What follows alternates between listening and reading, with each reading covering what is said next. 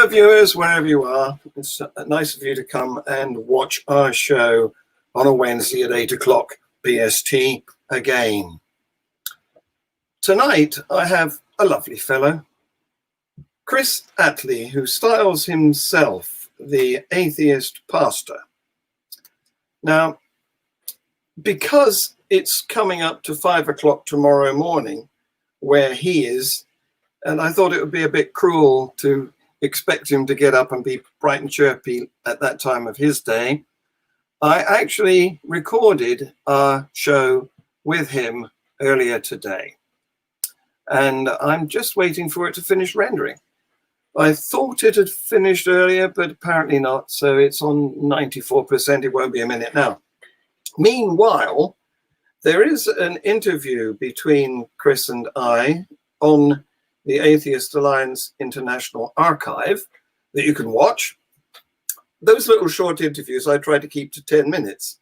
But Chris is, he's voluble. Not volleyball, voluble. He speaks a lot.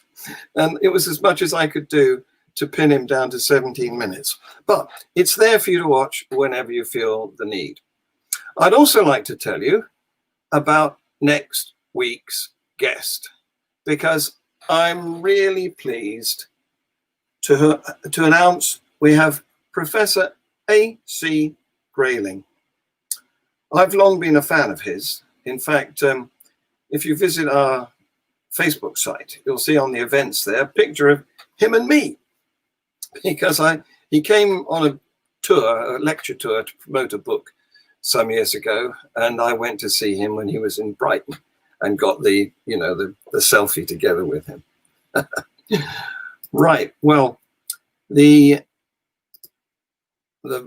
recording has rendered, so I'm going to go straight into playing it for you. And of course, the usual rules apply. If you want to ask a question, you put a Q in front of your. In fact, I may take some comments today because since I don't have him here live, the only person who can answer your question will be me. So let's have a look at your comments too. You can make comments and I might post some of those on screen as well. Okay, so here we go with the share.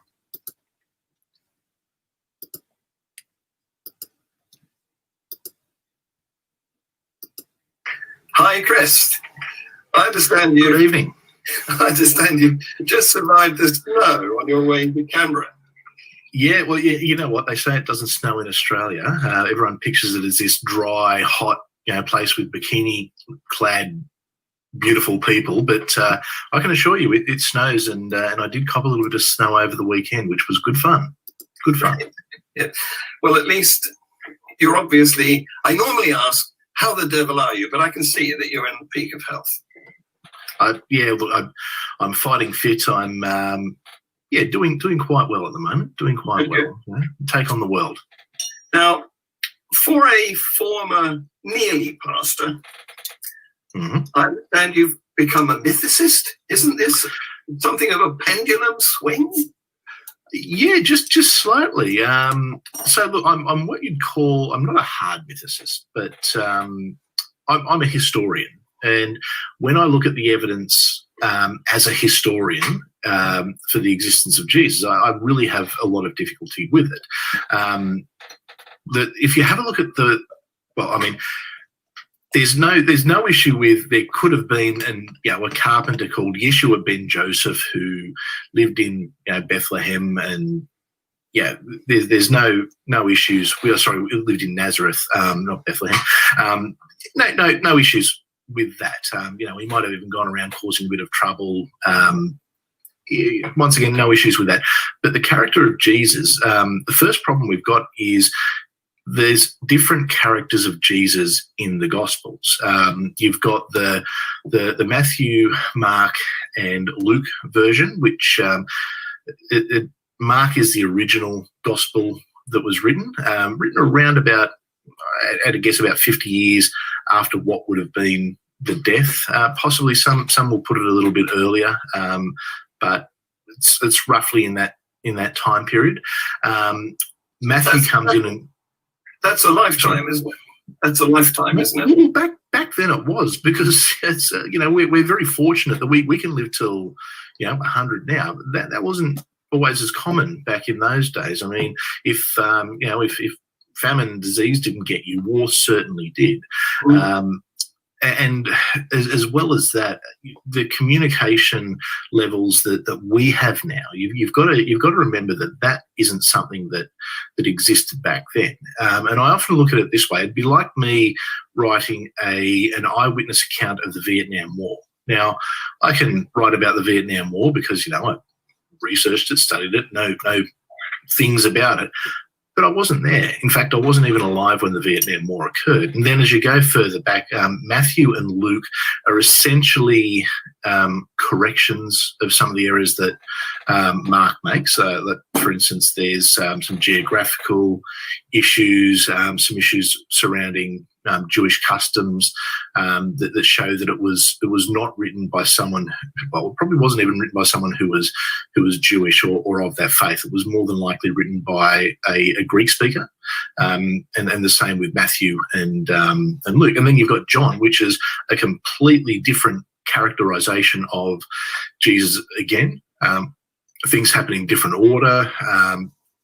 It's just, if you were to read, say, Mark and John, which I guess are the original sources for those two, or for those two characters of Jesus, it's a different character. So it's impossible that person or that character could have existed, because it's a different character through the Gospels. Even if you have a look at the lineage difference, there's a lineage, because they have to prove the lineage going back to David, because the prophecy said he'd come from the house of David.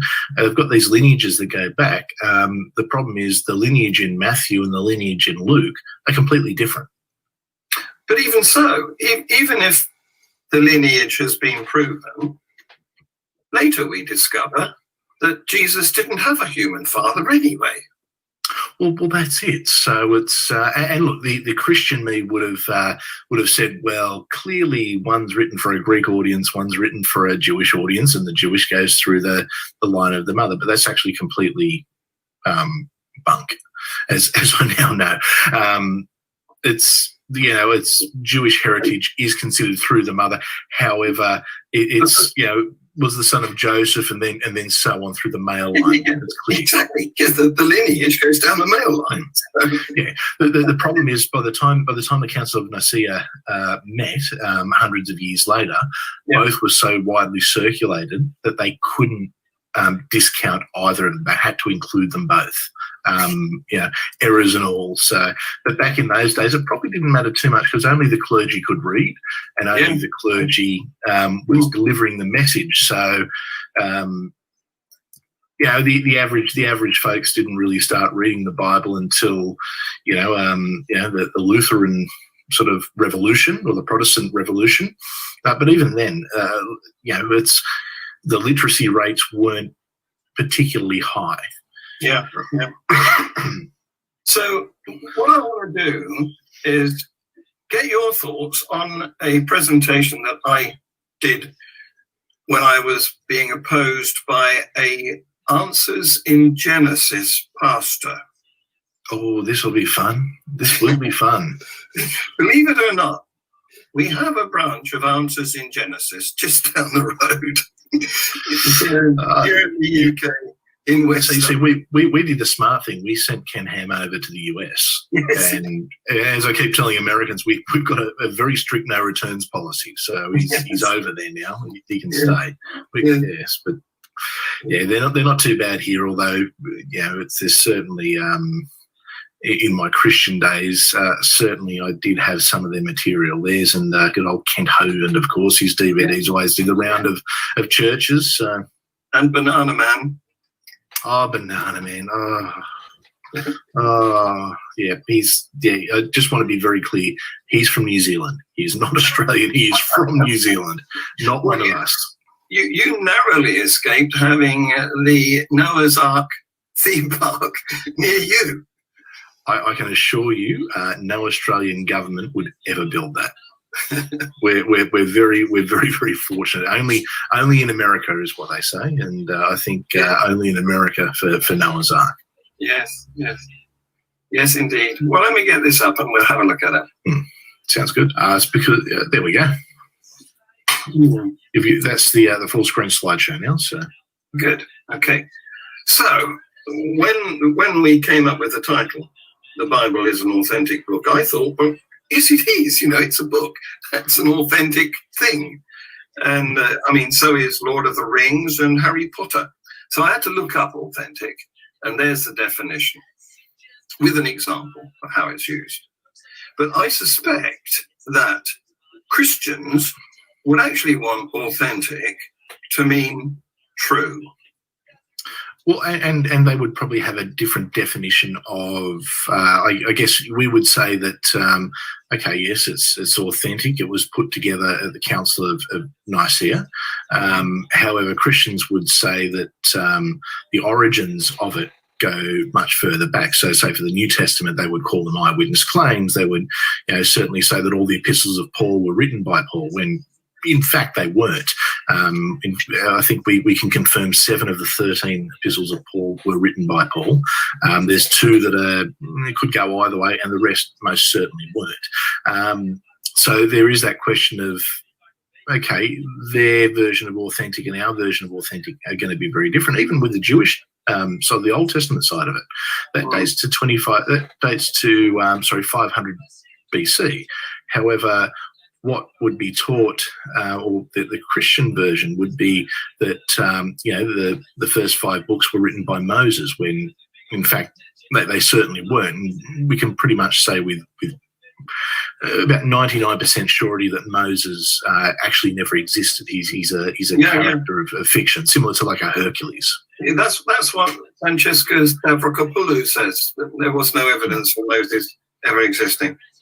No, in fact, we can guarantee that that Moses, or certainly didn't exist in the way that he is depicted, because we know that the Jews weren't in Egypt. We know that we've got archaeological records that indicate different groups were in the area at the time. The Phoenicians and so on. Anyway, sorry, I've gone on a tangent there. So I've got the synonyms slide up now. Can you see that? I can. Good. Yeah. So if the definition doesn't meet your needs, sometimes you can find a synonym to give you the requirement. And if you look at that list of synonyms for authentic, you'll find that there is true, but it's 1, 2, 3, 4, 5, 6, 7, 8 down the list. So yeah, look, I would think that a better question would be, is it accurate rather than authentic? I think there's certainly a discussion. I guess you can get into the semantics of wording. I guess it all comes down to the intent of the question, and I would imagine the intent, is it authentic, would probably be to imply, is it accurate, is it true? Yes. Well, I went with the suggestion of my opponent. That was he determined the motion that we should debate. So I just played along. They always like to pick the question or the terminology. Yes, yeah, absolutely. So my opponent then went on to give us a biblical quote. He quoted John 21, verses 24 and 25. Now, I don't do biblical quotes because, for a start, I don't consider the Bible to be a reliable source of information. And you can't confirm the Bible by quoting the Bible. You need an alternative, independent source. What do you say? Yeah. Well, that's a verse that basically says that it's testifying to itself that what it says is true. I mean, you can get that out of anything. These are actual events that happened. It doesn't mean that they're true. In fact, if it's coming from John, I mean, John was written probably 100 years after the death of Jesus, or the supposed death of the Jesus character, or thereabouts. At the best, probably 90 years. So it's completely if that's the best that they've got, saying, well, the Bible's true because the Bible says it's true. How more nothing can you get an argument? Yeah, I mean, it's checkmate atheists. Yes. So then he gave us a poem. Is this typing for you? Oh, yes. Okay. It's a bit slow, isn't it? Yeah. Yeah, see, okay, so let's talk poetry, and let's talk poetry of, let's talk poetry of around the time of the Jesus character would have existed. Let's talk about the Roman poet Catullus. Now, Catullus used to write about how his love for Lesbia, she was the most beautiful woman in the world. Now, just because he wrote that in poetry doesn't mean that she was the most beautiful woman in the world. Maybe in his opinion. Yeah. He also wrote some things about some fairly crude things that he wanted to do to his friends who called him a sissy. If you ever get the chance, read his 16th poem. Spoiler, a little spoiler. It's not one for the kids, but once again, it's a poem. So what? I can find you poems, songs. It's opinions, it's feeling. Exactly. Okay, and the love of God, mercy. So by Mercy Me, well, Mercy Me is a Christian band. That's actually just realised who that is. That's it's actually not a poem. If he said he's a poem, he might have been telling a fib, which that's not good for a Christian, I guess. But they're actually a Christian band. Yeah, I researched it and found that it's a verse from a hymn rather than. Oh, okay. So yes. But anyway, you're right. I mean, I never supply poetry. It's fine. It's entertainment, but it's not evidence. So up until now, then, he's provided no evidence for the authenticity of the Bible. And I also rarely do quotes, and unless they're funny, because they're usually just appeals to authority. What the quoter is doing is saying, look, this highly respected person believes this, so you should too. and look, if we want to quote the Bible, we can quote the Bible. Ezekiel 23:20 says, "There she lusted after her lovers with genitals like those of a donkey and a mission that flowed like that of a horse." So what? What does that prove? Absolutely nothing. And the same as the verse from John 21:24 and 25. It proves absolutely nothing. But it does give you an amazing image in your mind. Certainly does. It certainly does. But you think, like I said, you think that's good? Read Catullus. That's okay. Wow. So the quotes that theists like to give are not usually modern. They like to source things that were said back in history. When let's face it, we knew very little. We didn't know much about anything.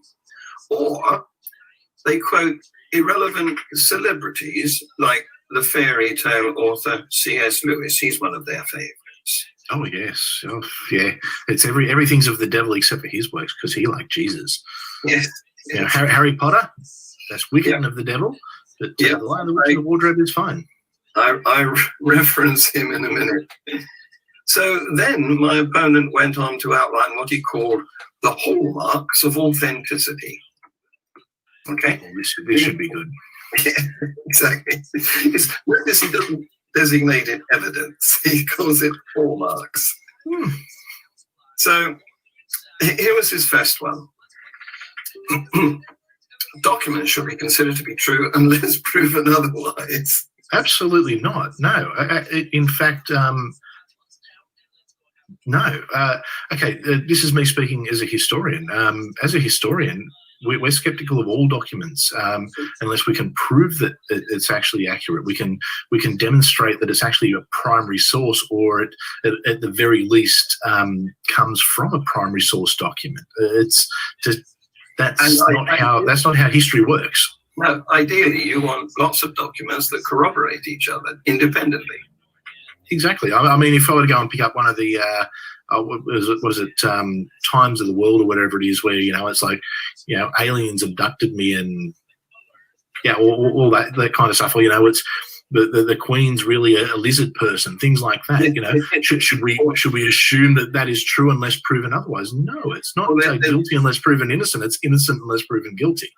My favourite is there's a Ford Cortina on the moon. That was great. What, you think it still starts?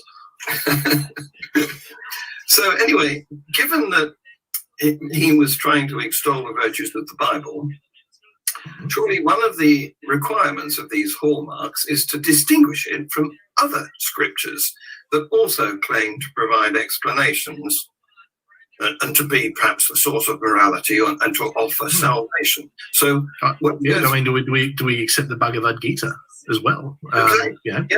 The Quran. Yes, exactly. So let's keep these hallmarks, or let's keep these other scriptures in mind when we are considering his hallmarks. Let's see whether they could apply to the Quran and the Book of Mormon.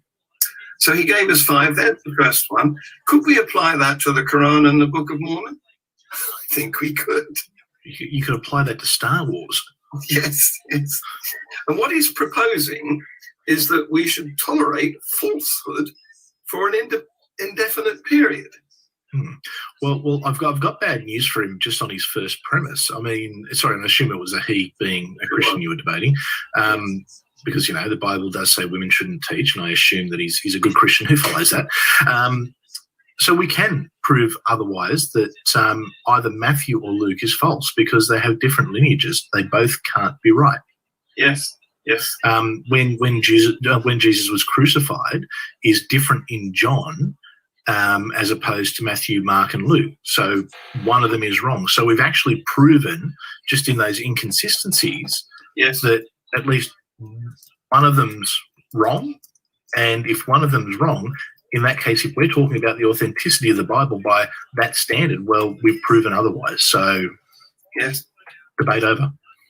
And that idea should also cover Aesop's fables and Grimm's fairy tales. They should be absolutely true until proven otherwise. You could apply it to absolutely anything. But that's not how it works. It's not guilty unless proven innocent. It's innocent unless proven guilty. The same applies for evidence. You don't just, as from a historical perspective, we don't just take a document and say, oh, okay, this must be true. Otherwise, we'd pick up, like the Iliad, and we, even though, yes, we'd say absolutely that Troy existed. We know that Troy existed, but do we assume that the Trojan War happened in the way that it happened, and that Zeus blessed, and Achilles was part god, and that things happened in the way that they happened? No, we don't. We know that there's some little bit of It's a good idea to deal with it, really, isn't it? Yeah, it is. It is. Yeah. So I think what he's trying to do here is to reverse the burden of proof. Yeah, absolutely. That's what's happened. Absolutely. It's a very bad policy. Let's face it. Well, it's all they've got, really. Yes. Okay, so while we're on the subject of proof, the problem is that from the point of view of an ex-science teacher, there's no such thing. Proof is just a concept. It doesn't exist in nature. It's an interesting. We don't have proof. Concept. Because proof requires absoluteness. We haven't found any, neither can we make any. So we've got to make do with evidence. Mm-hmm. Bloody good stuff, evidence, by the way. It is. I like evidence. So moving on, the next silly statement he claims, his next hallmark, is that authors should be considered truthful unless proven otherwise. So premise 2 is the same as premise 1. It is really, isn't it? Yes. So it's saying that nothing's fictitious. Agatha Christie was actually reporting events rather than making up a great story. Well, I hope the police are investigating those murders. But once again, it comes. Let's if we're looking at the Bible, okay. So is it Matthew or is it Luke who's got the correct lineage? Only one of them can have the correct lineage. One of them's wrong. One of them's right. Which one is it? Yes. When was Jesus crucified? Is it the same as according to John, or according to the other three? Yes. Which one's right? They can't both be right. And we could apply this very unwise doctrine to the Quran and the Book of Mormon. We could. It was authored. They were authored. Prove to me Joseph Smith made it all up. Yes. And the other thing is, if we're going to adopt this policy of believing, how long should we wait for something to be discredited? Would you say 2,000 years is enough? I'd like to think at least enough, but the only problem, if that's the case, then we've got to buy into Mormonism, Islam, and Scientology. So yeah, I'd like to shorten that a little bit if we can. Yes, yeah. Shorter the better. Okay.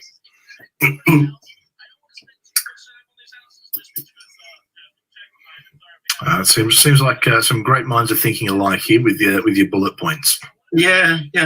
Well, there was art forgeries too. We didn't believe them. In fact, we locked up people when we discovered that they were crooks. And there's been money forgeries too. Actually, Piltdown Man's a classic example. There's a forgery. Yes. An absolute forgery. Yes. Should we? Well, actually, I wonder, being from Answers in Genesis, should we assume that Charles Darwin is telling the truth? Well, we shouldn't assume that, but well, according to his, its authors should be considered truthful, and that's proved no, Charles Darwin. What he gave us is some testimony that can be tested. Yes, that's right. And since it's been regularly tested over the past over 150 years, it's always come out as correct. So, another thing he said is that the more people who claim to have seen it, whatever it was, the more credible it is. I love it when Christians bring this one up because they talk about how there was thousands of witnesses, but they can never tell you who they were. It's just like if I put at the end of Star Wars, there was 1 million people who witnessed the end of the Death Star or the destruction of the Death Star. That means nothing. There was no large number of witnesses. In fact, there is absolutely zero, and I mean zero, primary source evidence of the existence of Jesus. There's nothing. There is not one eyewitness account or testimony for him having existed. No, I agree. There's a number of problems here. First of all, there's a couple of different sorts of witnesses. There's eyewitnesses, which allegedly were there and actually detected with their sense organs what went on. And then there's hearsay witnesses, which were merely told, and we don't know how long the chain of telling was. So that's very dubious as a source of information. Extremely dubious. At the best, once again, the Book of Acts was written 60 years later, 60 years after what would have been the death of Jesus.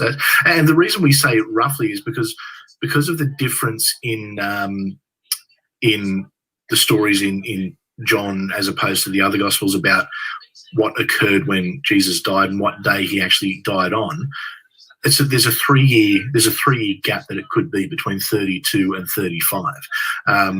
So yeah, we say roughly 50 to 60 years because was it 32? Was it 35? Was it 7 years prior? Who knows? It's a lot of guesswork actually. But there's absolutely no witnesses. There is zero witnesses. So I mean that point is absolutely mute. Just saying there was he fed 5,000 people. Okay, well, who were they? Where were they? Why is there no evidence of or anything written or any other story told about it? There's absolutely nothing. And the Romans, and Christians will say the Romans didn't keep good records. The Romans kept impeccable records. We know exactly who was where, when. We've got evidence of battles occurring. We knew how the Romans lived. We've got Roman poetry. We've got so much information from that era but nothing about Jesus, so there is no witnesses. So straight away, there is no witness. Even if he existed, there's no one who said anything about it. Well, in terms of the modern meaning of the word witness, a hearsay witness wouldn't really be called in court. Because no, but even a hearsay witness, I mean, we're talking about events 60 years later at a time where people lived to the ripe old age of about 40. Yes, and the other modern meaning of the word witness is somebody that you can put in the dock and interrogate. Yes. You have to be alive. And you can't do that with 2,000-year-old tales. It's like Luke says, it's claimed that Luke is an excellent historian. And the reason that it's, people say that, or Christians say that Luke is an excellent historian is because Luke says, I am an excellent historian. Furthermore, the numbers, that's another fallacy, because it really doesn't matter how many people believe something. It doesn't make it any more true, because upon a time, everybody believed that the sun went round the earth, and they were all wrong. No matter it was a very big number of everyone.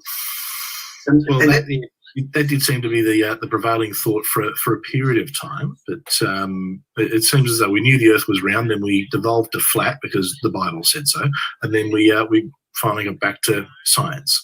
Yes. In any case, we can apply this hallmark equally well to the Quran and the Book of Mormon, because I'm sure they quote dead witnesses too. Well, the Book of Mormon starts with people who supposedly witnessed the events, who signed it. Yes, it must be true. I'm sure there were billions of witnesses to, or actually probably trillions of witnesses to, the rise of power of Scientology's boogeyman Lord Xenu. I mean, he did control a galactic federation after all, so there'd be trillions of witnesses. Yes. So, wasn't he a walrus? It depends on who you ask, but he was some kind of weird looking. I know he had a fleet of DC-10 planes. So yes. So another problem is if we recognise that what we don't have witnesses who saw with their eyes that we can interrogate and see whether their stories are consistent. So what we've got are merely reports. These are hearsay stories that are like fishermen's tales, Yeah, exactly. We don't even have the names of the supposed witnesses. We just have that a great many people saw, and that's it. Okay, well, claim. Can we get one name? Just one. We'll take one name. Give us one witness. Not only are these not witnesses but reports, but they're also old reports by people who possibly weren't alive at the time of the events they claim to be reported. Most certainly weren't alive. Yeah. And if they were, they would have been too young to comprehend it. Yes, and certainly too young to write it down. So even if we take the two non-Christian Roman historians who do mention Jesus, and you might think they're an independent source, Josephus and Tacitus. No, well, Josephus is a proven forgery. The forgery was done by, and his name escapes me, but he was the personal historian of Constantine. And the reason we know it's a forgery is because earlier Christian writers never referenced this verse. In fact, they actually commented that, how awful Josephus was for not mentioning or not talking more about Jesus. But once again, that was written in 95 AD. Yes. So he wasn't born at the time of the events. No, and all he actually says is there are there's a tribe called the Christians who believe that their Messiah died and came back to life. You know what? No one's arguing that there were Christians. There are Christians now. We know there are Muslims, Hindus. There's a lot of different. It means nothing.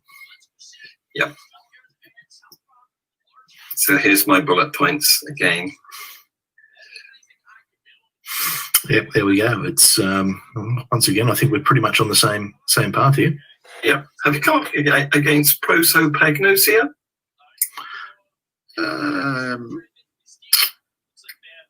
No, I haven't actually. There's poor people who are so bad at recognizing and remembering a face, they can't recognize their own family reliably. Okay. Yeah, that would probably explain a few people I know. So that casts doubt on even eyewitnesses, which are the better of the two sorts of witnesses.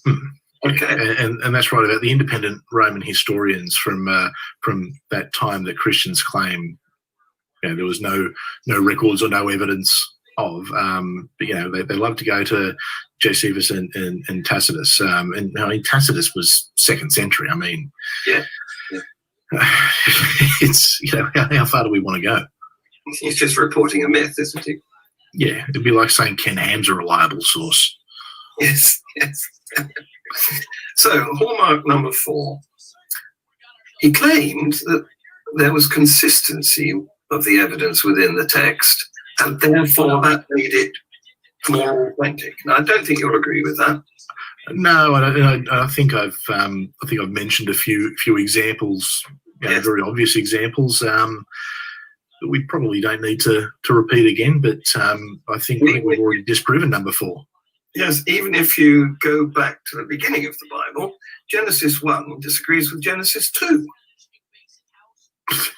This is what happens when you've got people in the Bronze Age trying to explain things. But so there's no consistency. What there is inconsistency. But continual inconsistency. Even if the text was consistent, that doesn't mean it's evident or true, because it's just written, and you can write anything.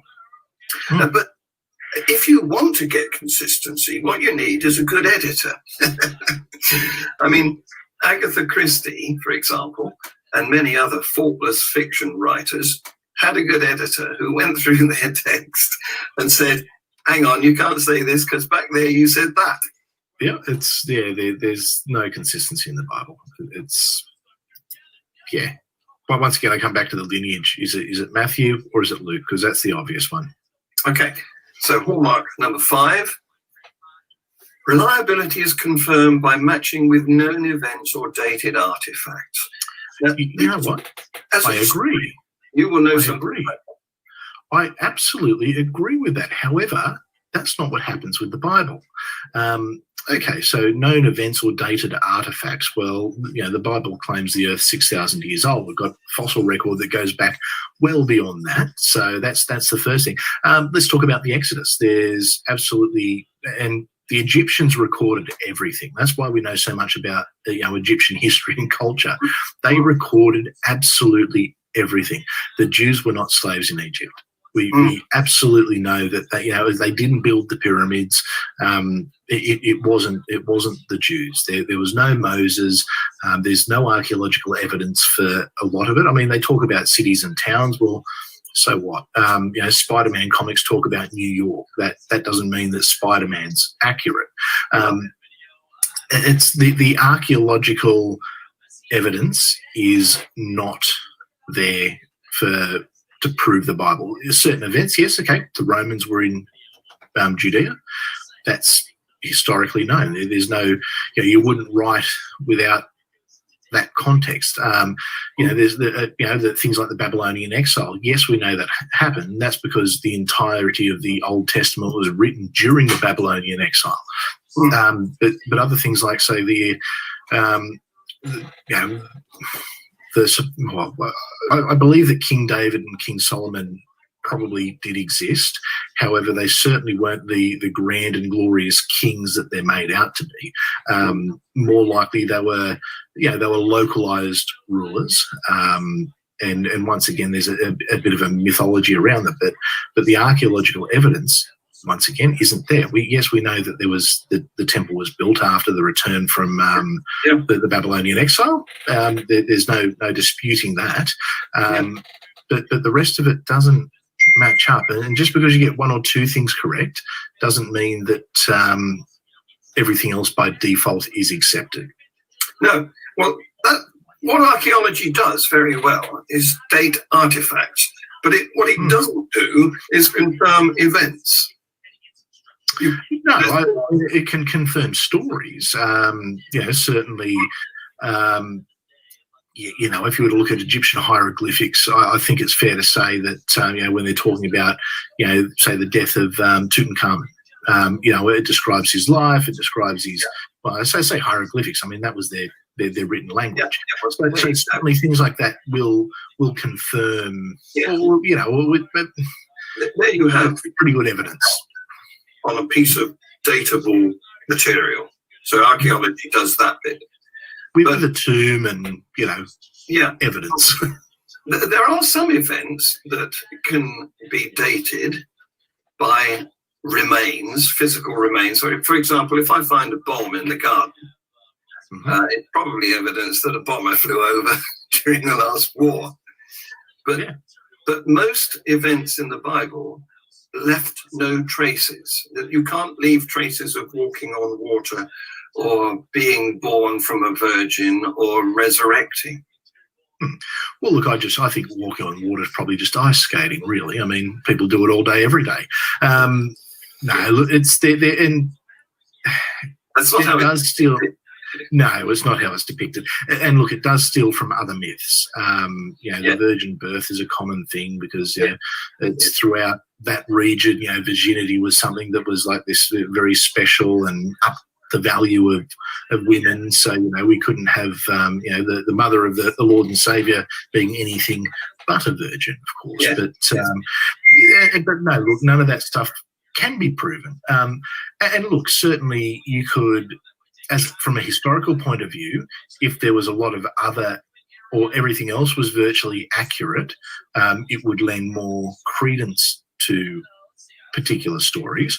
We do know that virgin births can happen and do happen where, people don't necessarily have sex but do everything but, and, that things still get in there. So there's certainly cases like that, or potentially we could do in vitro fertilization on someone who hadn't had sex. So it's not an impossibility, but is it likely that a ghost came down and had his way with or had its way or with Mary? No, it's the evidence would not suggest that. It's stretching credibility to its limit, isn't it? And as a historian, of course, you'll know that historical events range from doubtful to likely to be true. I mean, for example, we have a story of King Canute commanding the tide to stay back. That's probably not true. Probably not, no. Or King Alfred burning the cakes. That's probably very dubious too. But and look, if I were to stand outside when it was snowing this weekend and said, "Snow, I command you to go away," and then half an hour it stopped snowing.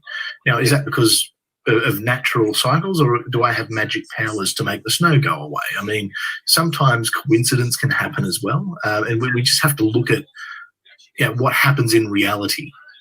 Yes, absolutely. This is Bayes' theory, isn't it? That you've got to compare the claim with prior knowledge. So what I wanted to talk to you about is, did this not, when you made the transition, provide you with some cognitive dissonance? Was it hard? It was.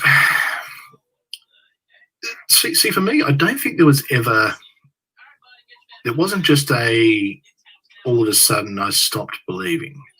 For me, I found inaccuracies in the Bible, and inaccuracies in, like we were just saying, in what we know. I guess the reality of the world is, and it led me down a path of searching. And look, I was desperately trying to prove it correct because I wanted to be, I wanted to be that guy from Answers in Genesis who would debate someone like you and have the answers and be able to prove you wrong and lead you to Christ. That's why I went down the path. You had wishful thinkianity. I know. Well, I did get to have the conversation with you eventually about the Bible, I guess. So it's, we'll take it. But look, it was a gradual. it was like I lost something almost every day. It's, and especially being someone who studies history. And, it's even though I wasn't actively studying history at the time, not to the extent I am now, of course. But it's always been an interest. You don't go and do, study history and make a career out of it if you don't at least have an interest in it to start with. So, I was always going down that path, and just the more I read, the more I lost from it. And, then it sort of led me to, well, what else is out there? I looked at the claims of Hinduism. I didn't bother with Islam because I pretty much that's down the same line as Christianity, because if one if one's completely false, then the other one's completely false. But I just couldn't find anything else out there until one day it just sort of dawned on me. I actively do not believe, and I probably switched to agnosticism, I guess, for a little bit, and then it was really a case of, no, I actively don't believe, or I believe that there is no God.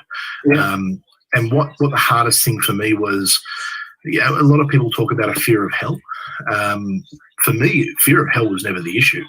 Fear of non-existence is what does it for me. The thought that everything I am could just be puffed out in 1 second, that really bothered me. So that was the biggest challenge, and that was what was probably letting me hang on to religion. And now I've just come to accept, well, it is what it is, and there's absolutely nothing I can do about that. And I'm just going to make sure I do the best I can with this life I've got now. Yeah. So you went on a journey. You went through agnosticism for a bit. Some people go down the spiritualism route, don't they, on their journey, gradually getting away from theism into... I did that prior to Christianity. I've been I guess I was a searcher for a long time. I used to be right into psychic readings, Reiki healing, ufology, ancient aliens, and all that kind of stuff. Even found myself with a UFO group there for a little while. But truth be told, that was because there was a girl that I rather fancied, and I just kind of went along. But no, I was there, and I listened. I was someone who was actively searching, I guess. I wanted, to find a truth, and and Christianity hit me, because I'm not from a Christian background. And when I found Christianity, I was as surprised as anyone that I converted. And then I was even more surprised, years and years later when I deconverted. And I guess, I looked into Hinduism. I thought that there potentially was something there. I liked the idea of, many gods, and, it's that sort of way of thinking. And, we've got about 5 minutes from my house, we've got the largest Buddhist temple in the southern hemisphere. So I went and had a look at that, and once again, very, very nice. And I'll say they do some great vegetarian food there. But I didn't find that truth I was looking for, because the same things that were stopping with Christianity, in that the fables aren't based in reality, were occurring across all of those lines. So then I thought, well, maybe there's just some deity, or maybe the universe is, an entity. But it's just, I've just fallen away from that completely, to a point where I actively do not believe that that there is any deity. It's and I accept that I take a belief position that there is no deity, or there is no God. I've got no problem with that. And I understand that that's not necessarily everyone's view on what an atheist is. But that's what I am. Yeah. Okay. You see, the thing is, I meet a lot of people who have become atheists after having been in a religion. And to my way of thinking, they can be some of the most militant atheists, because they've been tricked, and they've realized, and they've grieved for part of their life that they've wasted being deceived. Is that you? Look, we all go through the angry atheist phase. I was no exception to that. No, so you're fine. You didn't have that. One of the biggest things I regret is I had this really amazing collection of Christian theological books, like a huge library of it. It actually filled large suitcases, and I threw it all out. And I thought, well, I'll give it away to someone else. And then I thought, no, because I don't want anyone else. I don't want anyone using this to promote Christian. And I threw it all out. And now I sort of think, I really wish I had that, because I had my notes in there. I had so much, and we're talking some pretty expensive, like academic books, even those that are about fairy tales. Academic books are bloody expensive, so it's I threw away quite a bit of money. And look, I went down the all religions evil, and you must be stupid to think that. But then it sort of dawned on me that you know what. How would I, as a Christian, have reacted to me as an angry atheist? And me as an angry atheist, me as a Christian, would have looked at the angry atheist and just gone, man, you need Jesus. You've got so much hate in your heart. You've got so much anger. And it's, I did. I had a lot of anger. And whether that was because I'd wasted time or, I don't know. But it was just, I think it was also needing that sense of community, and that's something I'm big on. I think that there's a big need for a sense of community, especially when people get out of religion, because that's the one thing they lose. And I think you'll find that you'll get a lot of people who will get into the atheist community and then want to impress, some of these more prominent angry atheists, or the ones who jump up and down and scream and shout and get offended at everything. And I think there's a need to. They want to connect into those communities just because they need that community to connect into. So there's possibly a bit of that, and I guess that's part of the reason why what I try and do is have create community where everyone's welcome. If you want to be an angry social justice left-wing atheist, I'm still going to talk to you. If you're a conservative like myself, want you in. I think there's a common good that can be. It's one thing religion does very well is religion's organised. Except that it used to be very good when we were not in contact, when there was one group, one tribe of humans, and they all felt unified by the belief system. But unfortunately, there were other tribes of humans. But with things like, say, social media, the way we communicate now, we're broadcasting live here, where we're talking to each other on the other side of the planet, and we're in the same tribe. Whereas my next door neighbour might be in a different tribe, so to speak. But because we've got that connectivity, we can actually find our tribe. So we've still got that, and I think we're always very defensive of our tribe as well. But so it's the trouble is, religion is too tribal. It thinks that we're a tribal species. We've evolved that way. Yes, we can't help it. It's what we do. It's our ability to make up stories is why we've been able to. I don't know if you've ever, or anyone who's watching is familiar with *Sapiens* by Noah Harari, or Yuval Noah Harari.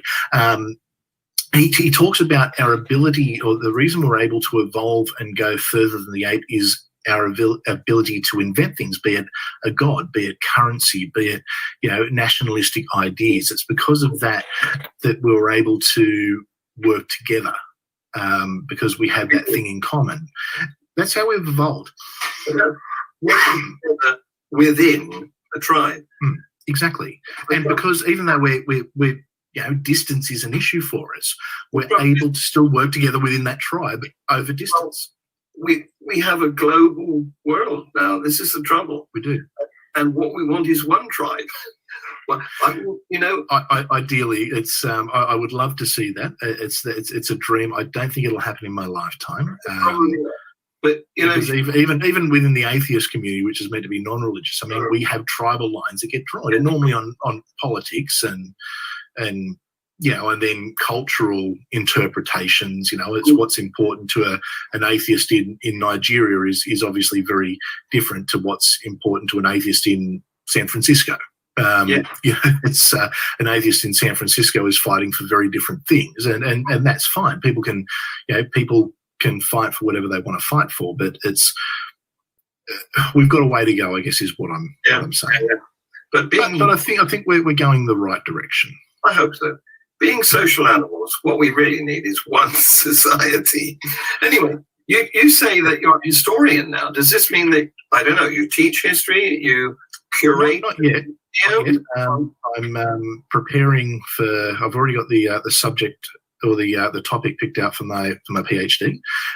Going to do it on Australian military chaplains in the First World War. So, it'll probably a few years away, but the plan is to hopefully start teaching it at a university level in the next couple of years. Just depending on what happens with obviously the big global kerfuffle that's going on at the moment. It's sort of made things a little bit difficult, but that is the plan. Yeah, Chris. Plans are always subject to change, but oh yes, it was John Lennon who said, "Plans are what you make when other things are happening." No, I haven't got that quote right at all. That's right. There's many a good Lennon quote out there. Yes. Most of them under the influence of something. Chris, I know you need to go now because you've got an urgent appointment, and I know that congratulations on your recent celebration of your wedding anniversary. I hope that went well. Very much. It did. It was a good night. A little bit of a sore head when I woke up this morning, but that's to be expected when you have copious amounts of wine and good food. It's that fantastic Australian wine, isn't it? Absolutely. Chris, thank you very much for this. And pleasure, John. Thank you. As Dave Allen would have said, may your God go with you. Amen.